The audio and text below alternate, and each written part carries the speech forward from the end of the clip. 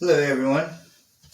This is my little video showing my love and support for the people of Russia, especially the women and children there.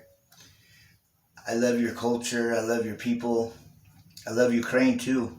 I fully realize this is the fault of my own government and NATO for all the heartache and suffering that's going on right now anyways. So please try not to laugh too hard because I don't know Russian and I'm just now learning the words of this song, but maybe you could appreciate my effort. At least I hope you will.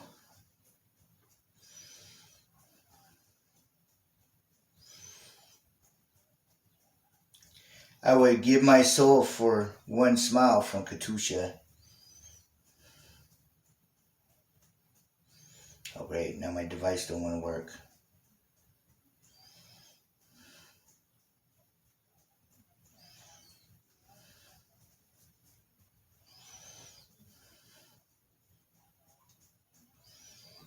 There we go.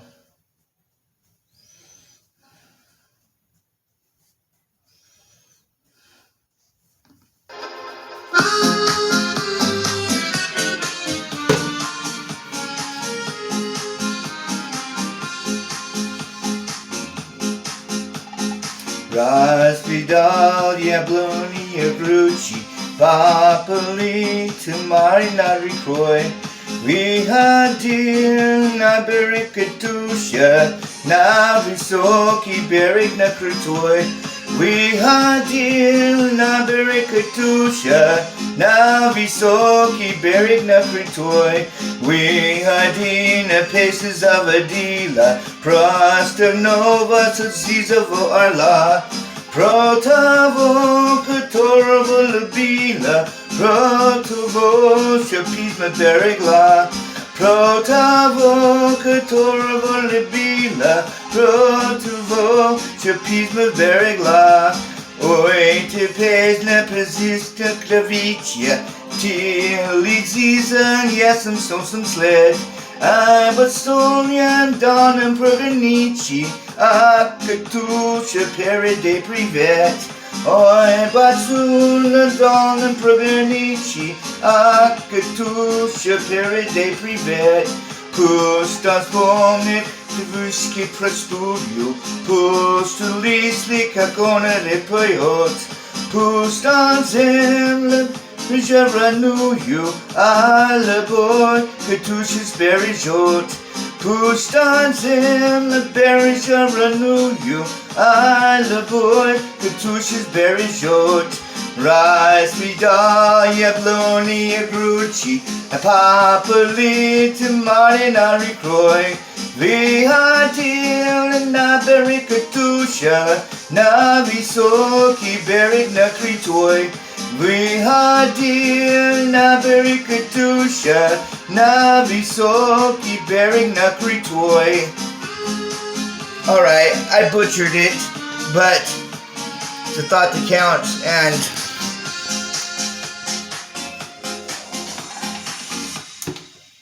I made this especially not just the people of Russia and Ukraine and Belarus, but to some of my most very specially loved and wonderful people in the world, including but not limited to Yaroslava Dektriova, Valeria Bruskina, Sofia Ficinko, Valeria Kronushkina, Meniza Ananova, Angelina Piper from Belarus, Vladimir Putin, Barbara, man,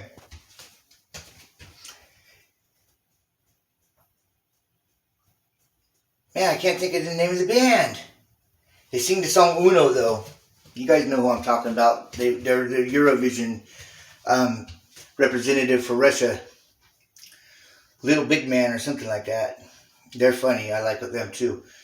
You guys have done the best job of preserving your culture and your music and your heritage. Even with all the things that have happened, and all the things that have happened in Russia over the centuries and it happened in Russia to the Russian people are the most horrible things that's ever happened to anybody, just about. And you guys had enough suffering, and it's ironic that despite the fact that you're probably the most mistreated branch of the Indo-European Aryan family, you've come to be the largest branch and the strongest and most beautiful, in my opinion, and the most graceful and the most brave and everything, because I don't even have to say it, you guys know it in your heart what you are. All your men and women know exactly what they are. There's no identity crisis. None of this bullshit you see in the West. Your little kids don't act like perverts because of their music and their pop culture there. Everything there is just how I wish the rest of the world was, for the most part. I know some of the crackdowns on your guys' free speech or whatever, it seems really bad, but at the same time, with the amount of lies and stuff going on because of the rest of the world, I kind of don't blame your government for what they're doing. And anybody who does spread misinformation on purpose like that, well, I wish we had the same laws here with our media and our politicians, because they wouldn't dare do the shit they're doing now. They're the cause of 99% of the evil in the world.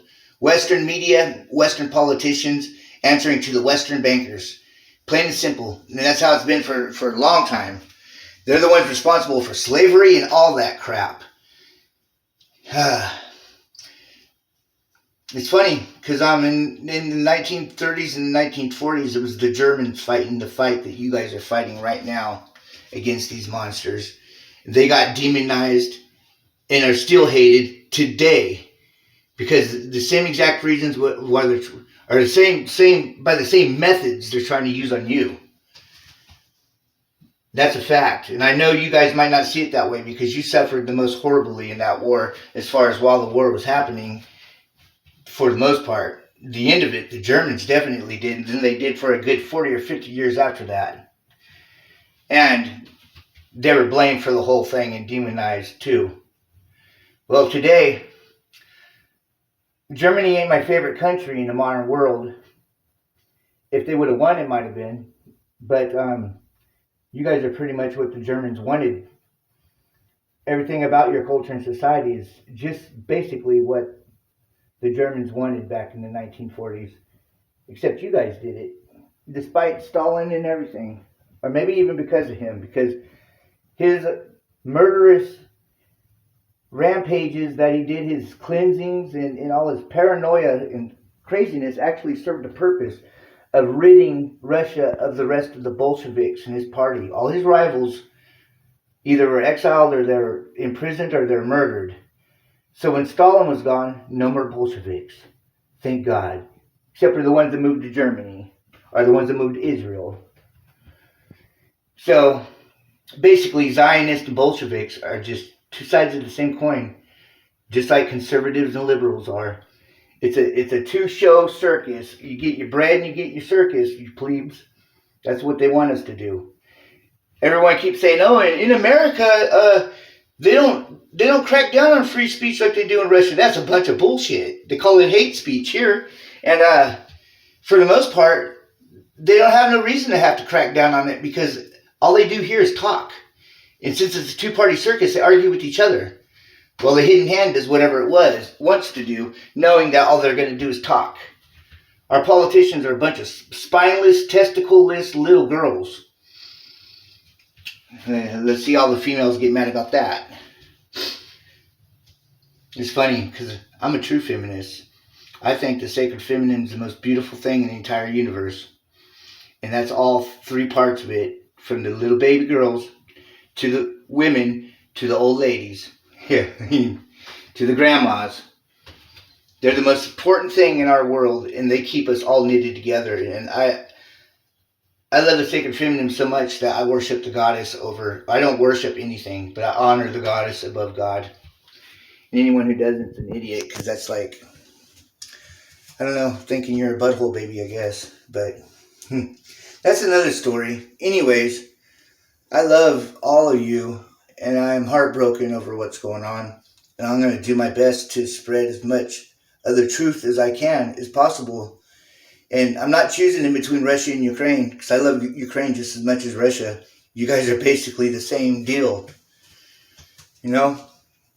I've been watching the Loktev Ensemble, and someone told me that all them little baby girls and baby boys are Ukrainians and Russians, that it's a mixture.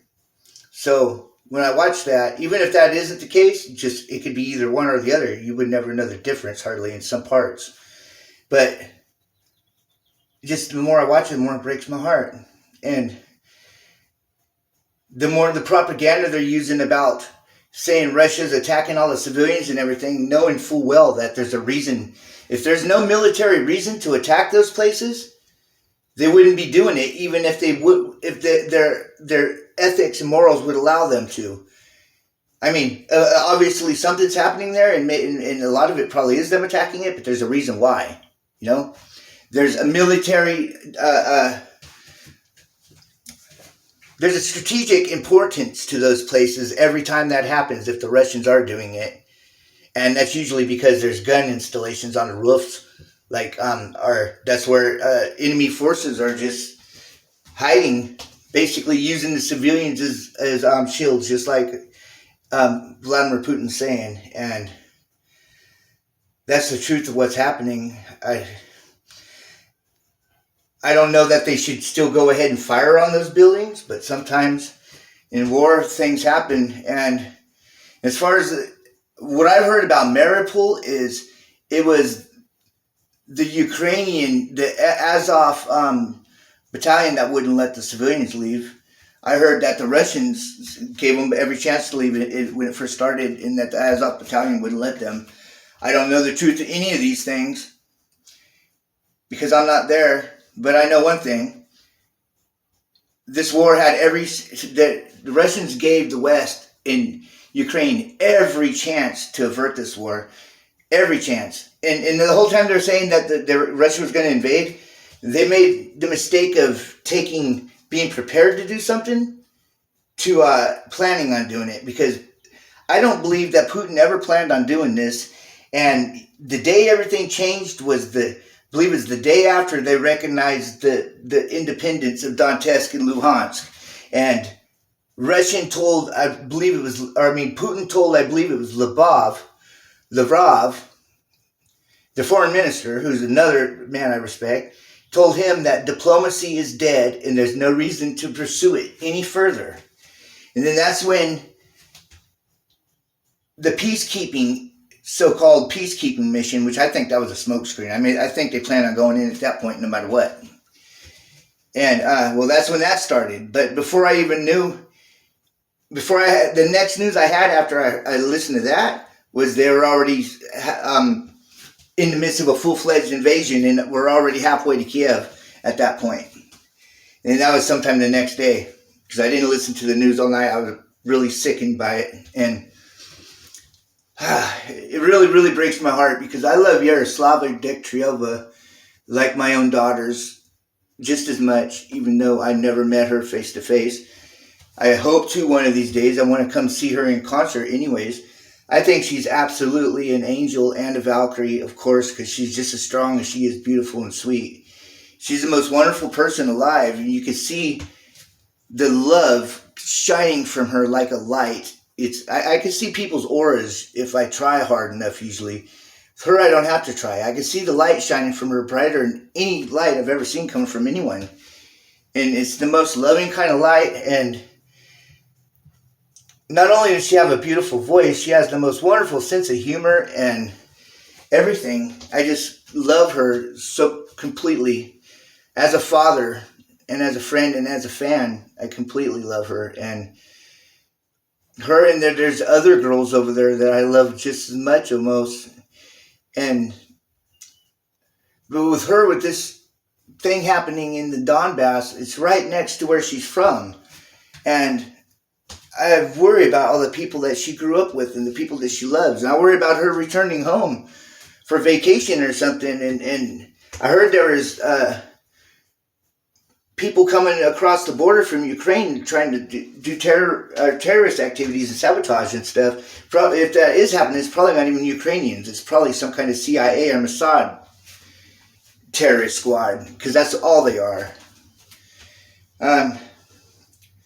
You know, it was the music that led me to the geopolitics and the history, and I already knew there was something up with Syria when that false flag attack happened that was blamed on their president a couple fucking years ago during the Trump presidency, the ones that Trump bombed them for. I started looking at things then, and I realized that America didn't fight ISIS this whole time. We've been funding them, and we helped them form after Al-Qaeda supposedly was destroyed with the destruction of Libya. And us and Mossad enabled all that. We paid for all of it, and we've been doing it since the beginning of the Taliban. That's when it started. We've paid them to fight the Soviets, just like they're arming ISIS and Al-Qaeda to fight against Iran and Palestine and all these other places who all the media over here labels as terrorists. Yet the true terrorists are Sunni Wahhabis for the most part, that are like the same religion as the royal family of Saudi Arabia. The most Arab of all the Muslims too. The ones that are almost all pure Arab. And not that that matters, but there's a point here though. The ones that like bombed concerts full of little girls like Ariana Grande, they weren't Iran or any of those places. And the ones who commit terroristic acts on foreign countries outside the Middle East are almost all 100% ISIS or Al-Qaeda or something like that, Sunni Wahhabis. And they're the most extreme, most fundamental. They treat their women the worst. Not all of them, I'm just saying that's the worst ones are of that. So then you have Iran. Its main thing is they're fighting for the freedom of Palestine, where apartheid is being committed worse than ever in South Africa. There's a genocide happening today that's been going on for thousands of years, because it's the same genocide that began when the Hebrews first started genociding the Canaanites in Jericho, because it is the same two people.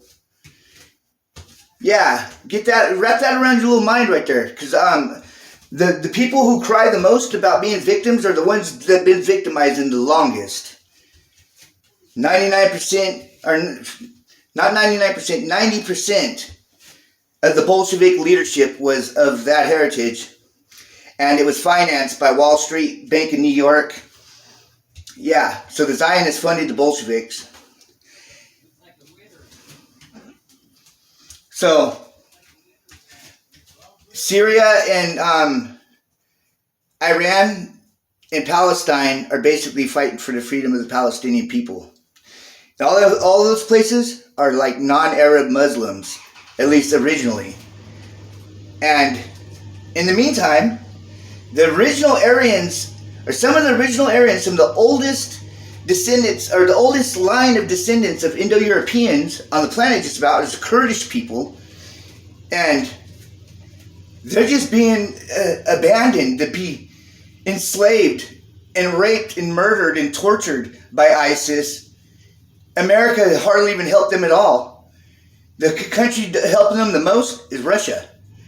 So why is it all these Aryan and non-Muslim or non-Arab Muslims are called terrorists, while the ones who really are the terrorists and are the most Arab of the Muslims are allies of Israel and the United States? And why is it Israel and the United States and Mossad and CIA funded all these terrorist outfits all this time, and Russia is the only country that's been fighting them really, besides the ones that are there where they're at, Syria, Iran? I don't get it, and that's just something else that adds to this for me. People might say I'm a traitor for taking your guys' side. Well, no one's invading here, and plus, with the evil that my country's done, there's no way I'd ever fight for them. I don't care. If we're invaded, yeah, I'll fight to defend my family and my homeland. That's it. I'll never go anywhere and fight for this fucking government, and I'm going to do everything I can to stop this shit. And if it comes down to it, if Russia was to be invaded, I'd come there and help you guys fight if you needed it. That's exactly what I'd do. I wouldn't fire on an American, but I'd fire on anyone else. That's for damn sure. I love Russia just as much as I love Russia more than any other country in the world. even it's getting to be worth more than my own now because of this shit. And that's really sad. Because it's not the people that I'm so against. It's our government, and I don't know what to do about it, because they do the shit they do wrong. They do right in front of you, right in front of your face, flagrantly. Like, they don't even care. Well, I hope you love my little attempt to sing Katyusha. Katyusha is like the most beautiful song there is in the world. What it's about, it's the most beautiful love song, and then the history of it. That they sung that song. I heard the nursing, some nursing students sung that song to the soldiers as they're going out to make their last stand, like when they're defending Moscow, because the Nazis were about to take the city. They weren't in it yet, but they were like 20 miles away or something, I heard. And as the Red Army was leaving, some ROT, or how do you say it? Well, some work school nurses basically sung Katyusha to them as they were leaving, and it gave them morale. And I guess that turned into a tradition where they'd sing that song as the men were leaving. And I heard that's why it's such a wonderful thing. And to me, that turnaround right there was the biggest turnaround in military history, the biggest miracle. Now, I'm inclined to root for the Germans to a certain degree, because they're fighting the same fight you are now. You were fighting on the wrong side back then. You just didn't know it. You probably still wouldn't agree with that, but in fact you were. And what you're calling Nazis today, the motherfuckers using their own people as shields. I've seen Nazis using the enemy as shields, not their own people. No. Them motherfuckers, they're not Nazis. They are just racist, if that's what they are. And they have nothing to do with being real Nazis. I'm talking about the Azov battalion. Being a Nazi isn't about racism. It's about loving your own people above all others. And about trying to keep everyone different, because they love the differences. That's how everyone thrives, from difference. I'm right in the middle of doing the video. Interrupted. Well, you guys have a little Katyusha to thank for my loyalty now and my love. And every little cute little thing I ever see in my life now, if it's really, really cute enough and adorable enough, I call it a little Katyusha, in honor of Valeria Katyusha, and in honor of the Red Army Choir and the Alexandrov Ensemble. I seen her sing Katyusha with, what was his name? Alexander something, I think. But I seen that before I heard about what happened on Christmas Day, like 10 years ago now. Something like that. And that's how I found out the Russians were really the only ones fighting down there, because the whole plane crashed into the Black Sea on their way to entertain the Russian troops on Christmas Day in Syria. And that broke my heart, especially when I found out that she didn't die on the plane. At first, I was frantic that she died on the plane, that her and the old man that she was singing with died. But then I found out that she didn't. And then I realized that's probably even worse for her, because she had to watch all those. I'm not even going to go through it, because she might see this video, and I don't. Just say I worried about her for a long time. And that led me down to watching all of your other kids that are famous that sing, and they're wonderful. You're bringing up the best bunch of humanity in the whole world, and best generation of people. I love them, and I would die to defend Russia and the people there, but I would kill for your children. No questions about that. I love them. They're some of my favorite things in existence. So I send you my love, and I hope all of your little Katyushas are safe. I truly do, and